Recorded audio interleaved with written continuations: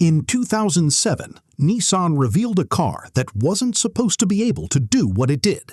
A Japanese sports car built by an engineering team that had spent years obsessing over a single number, the Nürburgring lap time. When the numbers came back, they beat cars costing 3 and 4 times as much. The automotive press didn't know what to call it, so they borrowed a nickname from a 1954 monster movie, Godzilla. Today, that same nameplate has become one of the most respected performance badges in the world. A car so mechanically dominant that Nissan eventually had to detune it just to keep it street legal in some markets.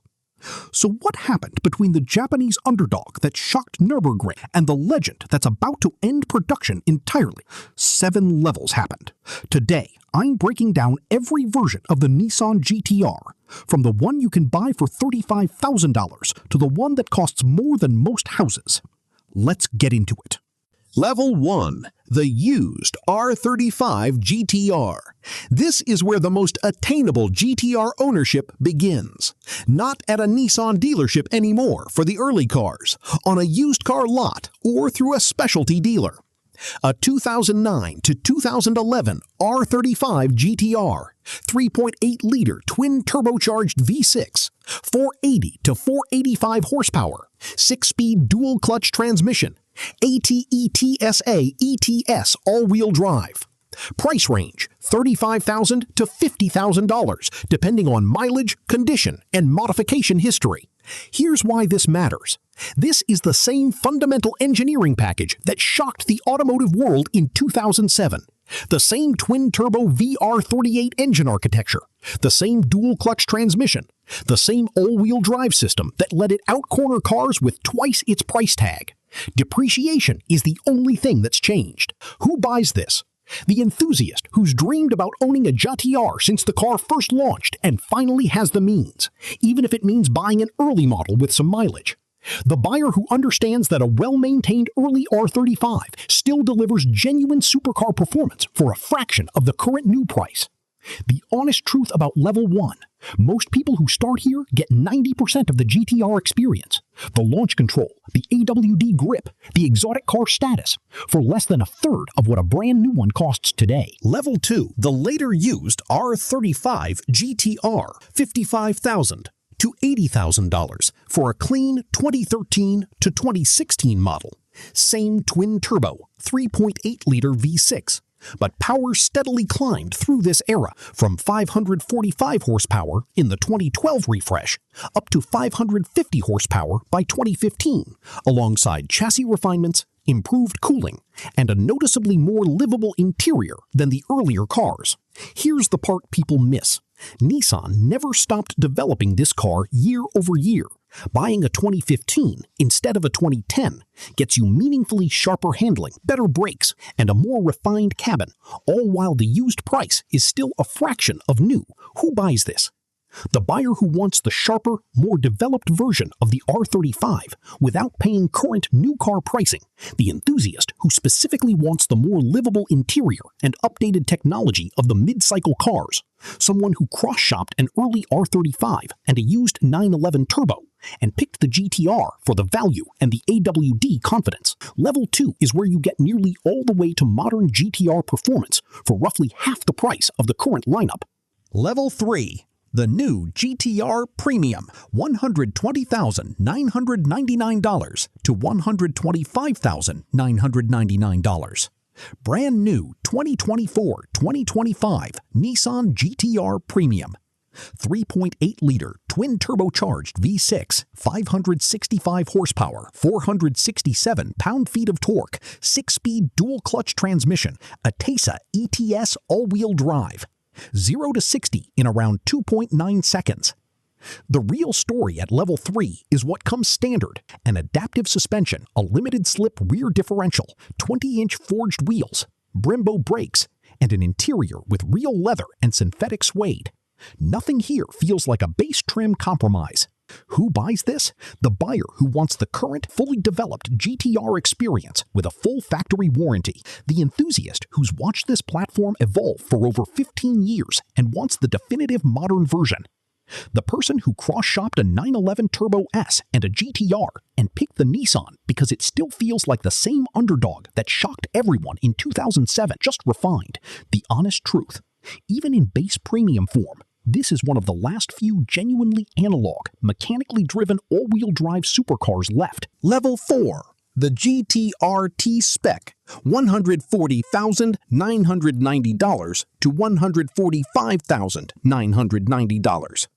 And this is where Nissan splits the difference between everyday usability and outright track focus. Same 565 horsepower twin-turbo V6, but now with larger carbon ceramic brake discs, additional air ducts for engine and brake cooling, and gold-finished 20-inch wheels, plus access to 2 colors, Millennium Jade and Midnight Purple, both direct callbacks to legendary high-performance R34 Skyline GT-Rs from the late 1990s.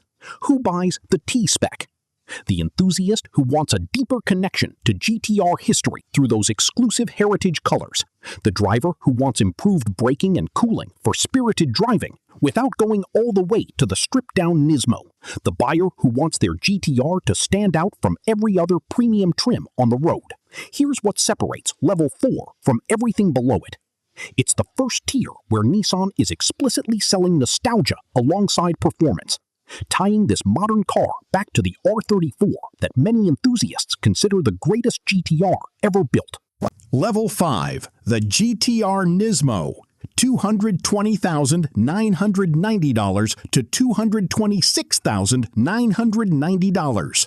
The car Nissan's motorsport division built using technology borrowed directly from its own GT3 race program. Same twin-turbo 3.8-liter V6, but tuned to 600 horsepower and 481 pounds-feet of torque, using the same finely tuned, faster-responding turbochargers found on Nissan's GT3 race car. A front limited-slip differential, NISMO-specific suspension tuning with Bilstein Damptronic dampers, and carbon ceramic brakes. Nearly every major body panel, the front and rear bumpers, hood, fenders, side sills, roof, rear spoiler, and trunk lid is replaced with lighter carbon fiber versions, dropping meaningful weight over the standard car and lowering the center of gravity. Who buys the NISMO? Not the person chasing a badge. This is the buyer who has done the research and understands exactly what motorsport-derived turbochargers and a carbon fiber body actually deliver on track. The enthusiast who wants the closest thing to Nissan's actual GT3 race car that money can legally drive on the street. The honest truth, at over $220,000, the NISMO trim puts the GT-R in direct competition with the Porsche 911 Turbo S and the Audi R8. And for the first time in this car's history, affordable supercar is no longer part of the pitch. Level 6. The rare R34 Skyline GT-R and limited editions. This is where the GT-R stops being a car and starts being culture. The R34 Skyline GT-R, sold from 1999 to 2002 and never officially imported to the United States new, has become one of the most sought-after JDM icons in the world, largely thanks to its starring role in films and video games. Clean, unmodified R34 GT-Rs now regularly sell for $150,000 to $300,000 through specialty importers, with the rarest variants like the V-Spec 2 NER commanding well over $300,000 to $500,000 at auction. There's also the R34 GT-R M-Spec NER and other ultra-limited variants, built with the RB26 DETT engine strengthened for reliability at higher power levels. Cars that were genuinely rare even when new, and are now becoming nearly impossible to find in unmodified condition. Who buys at Level 6?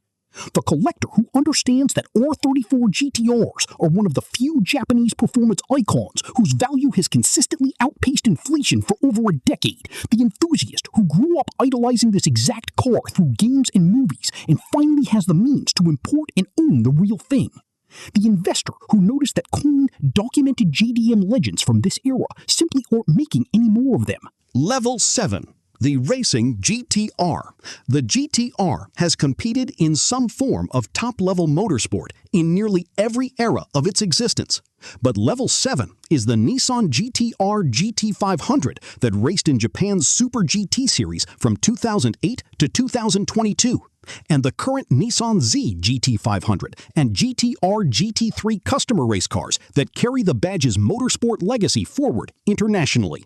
The GT500 program alone won 41 races across 14 seasons before Nissan retired the model in 2022, one of the most dominant runs in modern touring car racing.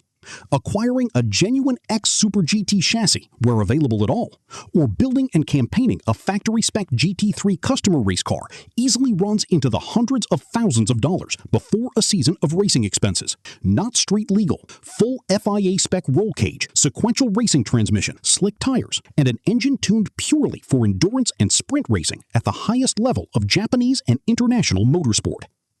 But here's what makes Level 7 matter beyond the race car itself. The turbocharger technology in the current road-going NISMO trim is directly borrowed from this exact racing program, meaning the car you can buy at Level 5 exists partly because of what Nissan learned running these cars at the front of the grid for over a decade. The honest verdict. Levels 1 and 2 are for the buyer who wants real GT-R performance without new car pricing.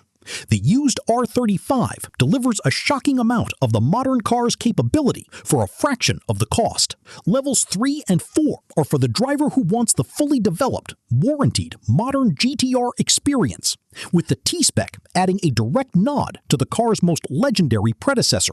Level 5, the NISMO, is for the enthusiast who wants the closest street-legal connection to Nissan's actual GT3 race program. Levels 6 and 7 are for the collector, the racer, and the people who understand that what Nissan built quietly over nearly 2 decades is one of the most significant performance stories in automotive history, a Japanese car that genuinely made the rest of the industry redraw its benchmarks. That's exactly why the people who love cars actually love it. If this was useful, subscribe. See you in the next one.